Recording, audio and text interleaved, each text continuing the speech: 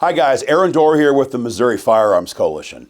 One of the most watched Senate races in America right now is happening right here in Missouri. And with the August 2nd primary coming very fast, this race is getting white hot. We're being asked by thousands of gun owners across the state, who is the pro-gun candidate? Who is the pro-gun champion? Who's the pro-gun fighter in this race? And it matters more today than ever before. Number one, we have a demented tyrant in the White House doing everything he can to attack our gun rights. We've never had in modern history this many attacks on our Second Amendment freedom in Congress. We need fighters now more than ever.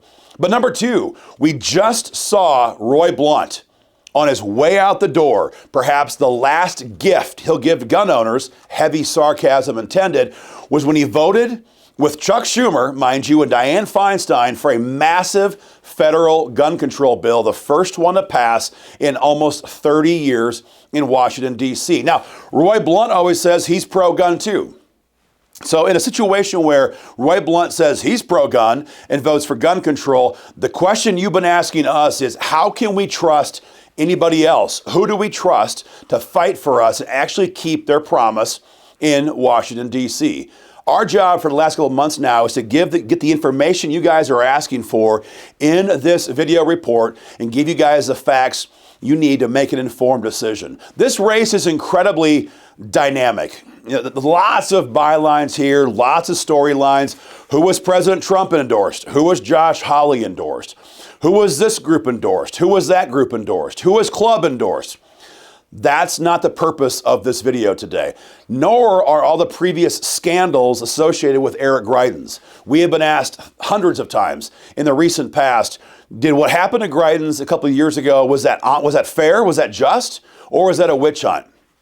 Folks, that's not what this is about. This is very simply about the Second Amendment, freedom, and who's going to fight to defend that freedom in the United States Senate. So peeling all these layers away, the question you're asking us is not that difficult to answer. MOFC has worked very hard to use survey results, voting histories, and public statements to give you guys what we believe is a very accurate presentation on the top three candidates in this race. And I want to mention that again, there is tons of candidates in this race, as we all know. Many, many candidates seeking this GOP nomination. But only three candidates have been polling anywhere near a relevant number for the last 6 months here in Missouri. Those candidates are Vicki Hartzler, Eric Greitens, and Eric Schmitt. So we're going to confine our comments tonight to these three candidates because they're the ones who are in every poll in the top 1, 2, and 3 positions. So again, we use candidate surveys, and we use voting histories, and we use their public statements in this video. In other words, we use facts. We're not using spin. We're not using our personal endorsements. We're not using our own personal thoughts. I'm going to give you guys the facts, and you guys can decide what you think about those facts, like them or don't like them, and make your decision from there. That's what we're going to do here in this video tonight. And we're going to begin with Vicki Hartzler. Vicki Hartzler. Now, as I told you guys, we use a candidate survey. The reason why we do it is very simple. Every candidate seeking the GOP nomination here in Missouri says they're pro-gun. But what does that mean? We just discussed Roy Blunt. The guy says he's pro-gun, and he voted against us in a major gun control push in June, just last month, in Washington, D.C. So our survey is designed to put the candidates on the record.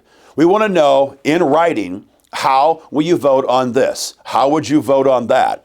Because there's no way to hold them accountable with an oral promise.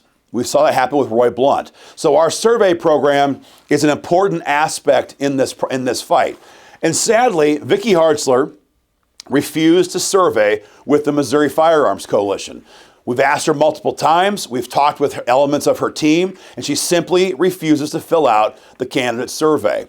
And again, in our experience, when candidates won't survey, that often means they don't want to be caught in a written lie. In other words, they're already planning to side with the rhino establishment class in Jefferson City, or in this case, in Washington, D.C., and they don't want to be caught in a written lie. Is that happening here with Vicki Hartzler? I can't say it for sure, but her refusal is very concerning to us, especially considering the next fact you have to be aware of. Vicki Hartzler has voted not once, but twice for red flag gun seizures in the United States military. You guys all know what a red flag gun seizure law is. Somebody can make up a claim that you might be dangerous in front of a judge in a secret ex parte proceeding, which means you're not even aware it's going on, and your guns can be confiscated. It's been pushed in Jeff City for years. We've stopped it for years. But Vicki Hartzler voted not once, but twice for these red flag laws in the military. If anybody deserves the presumption of innocence, if anybody should not be targeted with red flag laws, it should be our men and women in uniform who are defending our country across the globe. But Vicki Hartzler voted for that twice. It was done in the United States military annual funding budget, but everybody knew that the left, that Pelosi had put red flags in here. So most of the conservatives all voted no, and twice now in a row, Vicki voted in favor of it. Now, her campaign denies this. Some of you might be questioning the veracity of our report. So we've got some bill numbers for you. We have some dates for you. Google it. 2020, the bill number was H.R. 4395. The date was July 21st, 2020 at 5:42 p.m. That was the actual vote on the floor. It included red flag gun seizures. Vicki Hartzler was a yes vote. Now, thank God, President Trump vetoed this bill. It did not become law. Red flags did not pass, but that vote was incredibly insulting to gun owners and to military members here in Missouri. And then it happened again. 2021. H.R. 4350. Google it. This is 9/23/21, September 23, 2021. 9:02 p.m. Vicki Hartzler was a yes vote on red flag gun seizures again. That language was removed, thank God, in conference committee months later, but both times when we count on her to hold the line and vote no on gun control, Vicki was a yes vote on red flag gun seizures. Very troubling stuff. So no survey, 2 votes for gun control, and we've never seen Vicki lift a finger for gun owners in Congress. We haven't seen her file bills. We haven't seen her take to the floor and rail against gun control. And again, the question you asked us is not who's pro-gun. The question you asked us to answer is who will fight for gun rights? And we have not seen that fight from Vicki Hartzler ever in the United States House. And combine that with her red flag votes, a lot of questions there. If you see Vicki, ask her a couple things. Vicki, why won't you survey with the Missouri Firearms Coalition? What are you trying to hide? Number one. Number two, why'd you vote for red flags in the military? Not once, but twice. We don't care if they were taken out later. We don't care if Trump vetoed it. Why did you vote for it? That's a question to ask Vicki Hartzler. Very concerning stuff. Moving on, Eric Greitens. A lot to talk about here with former Governor Greitens.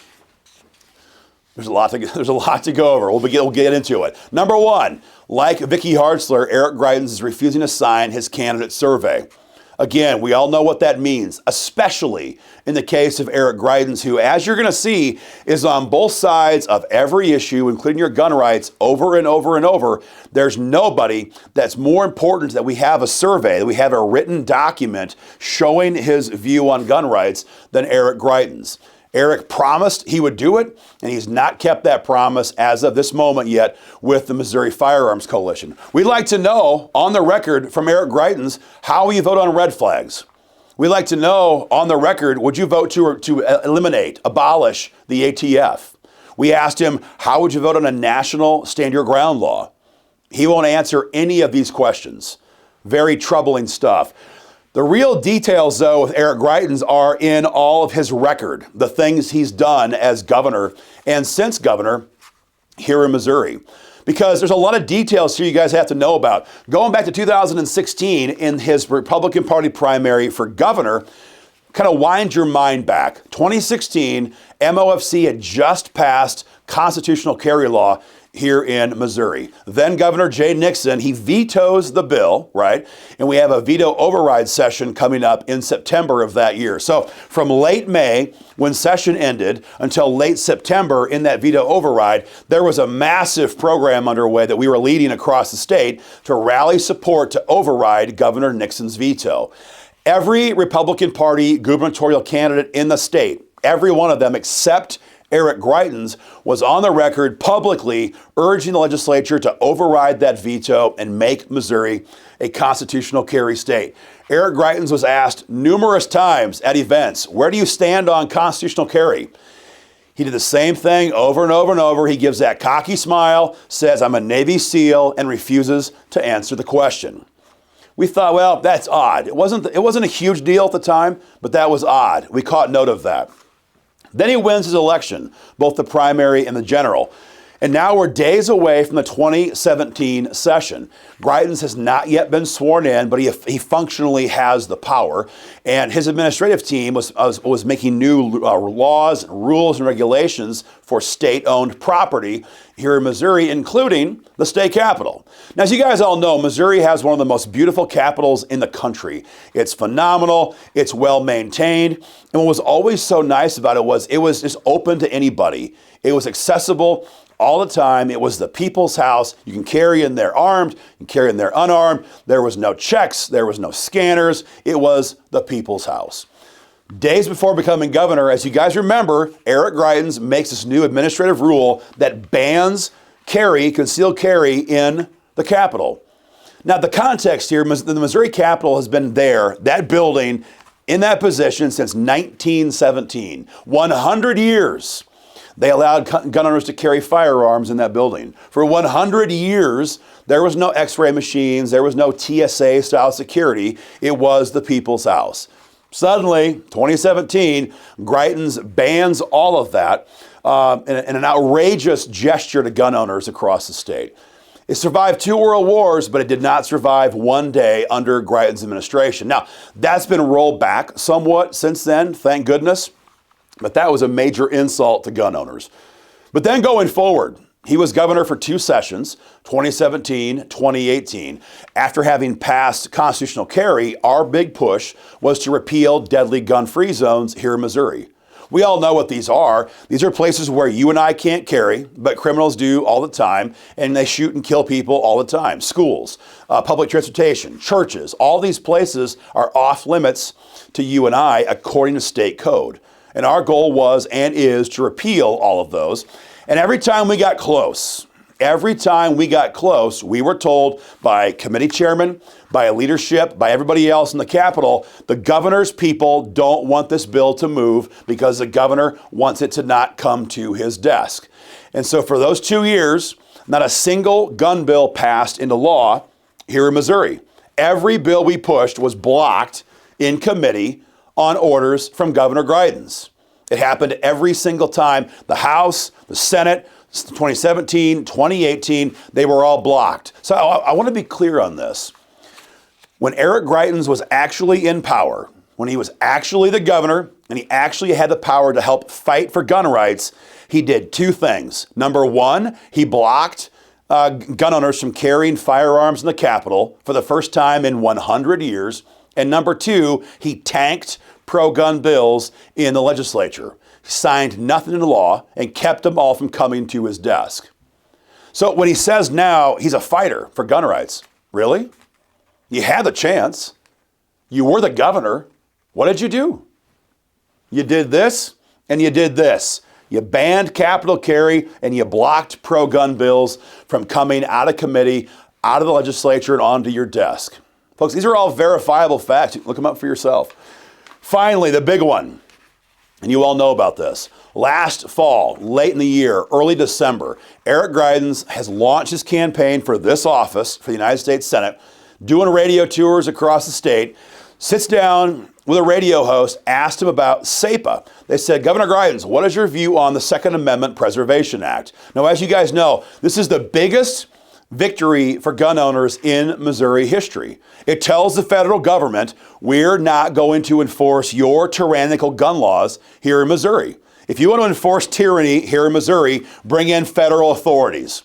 But state troopers, county sheriff's deputies, city cops, we will not help you enforce this tyrannical agenda. It is the biggest gun rights victory in Missouri history. It was a monumental achievement for freedom. It's the roadmap that's being used now by red states all across the country.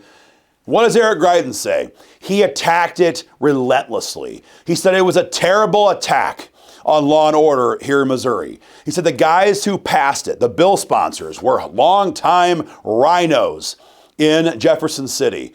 He made all kinds of assertions that were all false about the bill. He was totally ignorant or lied about the bill, and he attacked the very conservatives that made this happen in Jefferson City. It was incredible. You guys all saw this happen. Of course, we hear about this, and we went to war with Governor Greitens. National media, state and local media, videos on this relentlessly. And you guys all know what happened. Remember?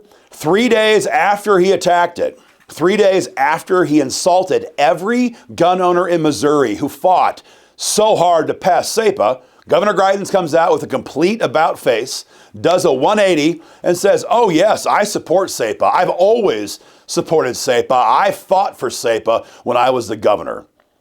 It was all lies, total BS. He did nothing when he was governor, as I told you, and Cepa wasn't even being talked about before he got kicked out of the governor's mansion back in 2018. Everything he said was the complete opposite of what he did. So when you look at this record, no support for constitutional carry, banning capital carry in Jeff City, blocking gun bills in the legislature, attacking Cepa, attacking conservative champions who passed Cepa. There's a lot of question marks when it comes to Governor Greitens' believability when he's going around the state now saying he's a gun rights champion. Eric, we get it. You can shoot a machine gun. Got it. You can do videos blowing stuff up. Got it. We get that. Lots of people do. The question is, how can we know you'll actually fight for us if we elect you to the Senate? You won't survey. You won't put your views in writing. You refuse to do that. And your record on guns, it's terrible. It's the worst we've seen in modern times from any governor here in the state of Missouri. Miserable, miserable performance from Eric Greitens. Moving on, Eric Schmitt.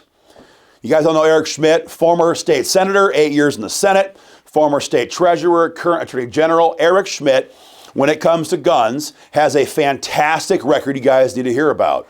First of all, he surveyed 100% pro-gun with the Missouri Firearms Coalition. We gave him a survey. We got it back, I think, 2 days later. It was an immediate turnaround time. No delays. Supports everything we asked him. He would vote to abolish the ATF, would vote to support national stand your ground law, would vote to repeal deadly gun-free zones at the national level in Washington, D.C., opposes red flag gun seizures, opposes mag bans, opposes national gun registration, 100% pro-gun survey from Eric Schmitt. Now, sometimes candidates can survey just to get free help, you might say, from gun owners at election time. And sometimes we have to ask ourselves, does this survey match the reality of this candidate in their everyday life? In the case of Eric Schmitt, the answer is absolutely yes.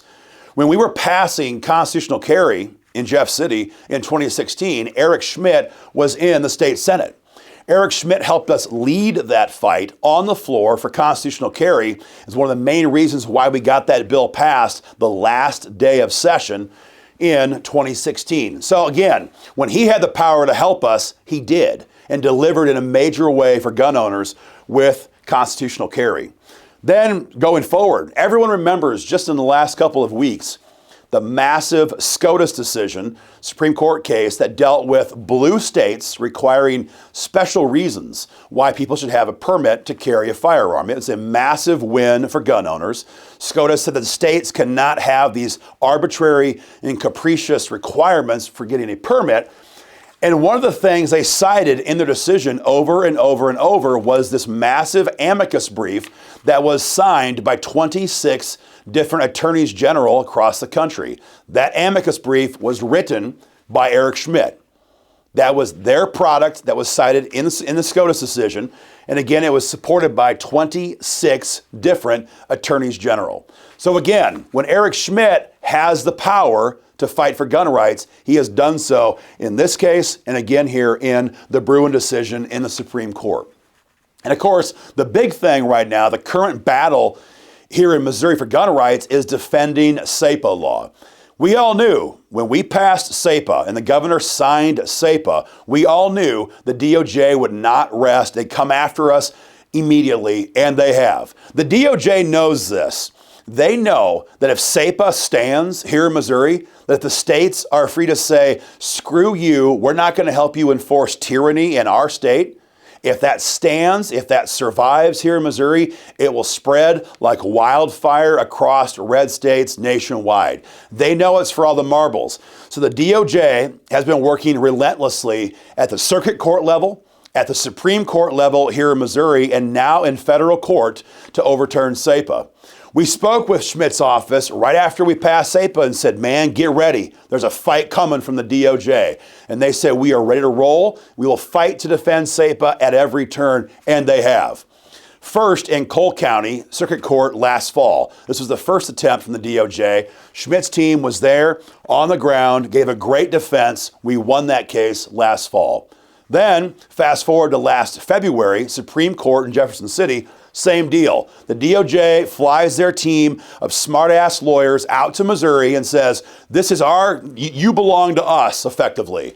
You're not a sovereign state. You're a vassal of the White House. You will do what Joe Biden says to do.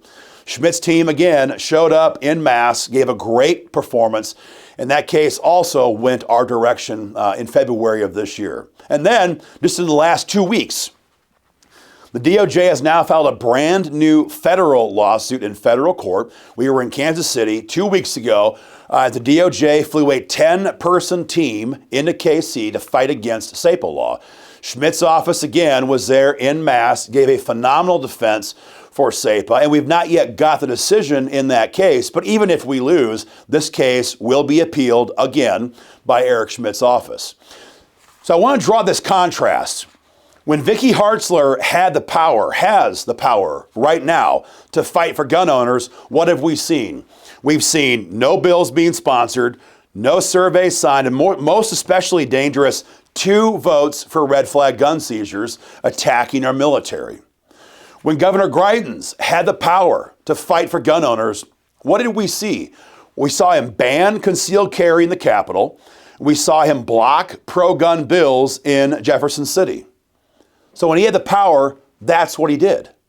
When Eric Schmitt had the power in the Senate, he passed constitutional carry. And now that he has the power as the Attorney General, he has defended Cepa at every turn and wrote the nation's leading amicus brief that was used in the SCOTUS case last month to overturn blue states' arbitrary laws denying gun owners the right to carry a firearm. So again, this is not about who's endorsed who. It's not about previous scandals. It's about who will fight for gun rights. And in this race, all these candidates have a record. They've had a chance to fight for us. As you can see, Schmitt's been there fighting the entire time. Greitens attacked gun rights during his time in power, and Hartzler has done the same thing with 2 votes for red flag gun seizure laws. So guys, that's the report we have for you. This is devoid of spin. It's devoid of our opinion. These are facts. Now it's up to you guys to make your own decision on who you think is going to best fight for gun rights. That's your choice to make. But I would encourage you, if you see Eric Schmitt, thank the guy for fighting for constitutional carry, fighting for Cepa Law, fighting to overturn very draconian gun control laws in blue states, and thank him for his candidate survey. Ask Governor Greitens, why won't you survey? Your record is all over the map. I want to see your views in writing. Why won't you do it? That's very concerning. Why did you ban concealed carry in the Capitol as governor? Why'd you do that? And if you see Vicki Hartzler, same thing. Say, Vicki, you voted twice for red flag gun seizures. Will you do it again? I want to see your survey where you put your views in writing and promise in writing that she'll oppose it. And if she won't do that, that's a big red flag for gun owners. Guys, that's our report.